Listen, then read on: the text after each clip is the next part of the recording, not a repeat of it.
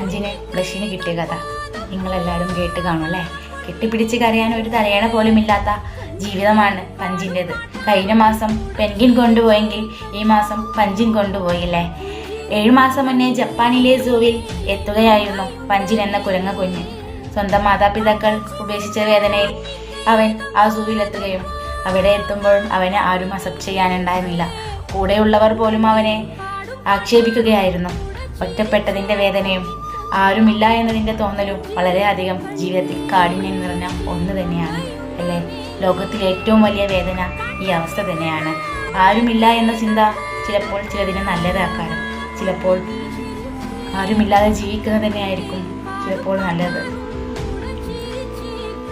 Penguin ചിലപ്പോൾ ചില ഒറ്റപ്പെടലുകൾ നല്ലതിന് വേണ്ടിയിരിക്കും. നാളെ പെൻഗിനെ പോലെയും പഞ്ചിനെ പോലെയും നാളെ നമ്മുടെ കഥയും മറ്റുള്ളവർ അറിയാൻ തുടങ്ങും. ഇന്ന് പഞ്ചിന് കൂട്ടായ ബ്ലഷിനെ പോലെ നാളെ നമ്മുടെ ജീവിതത്തിലും ആരെങ്കിലുമൊക്കെ വന്ന് ചേരട്ടെ.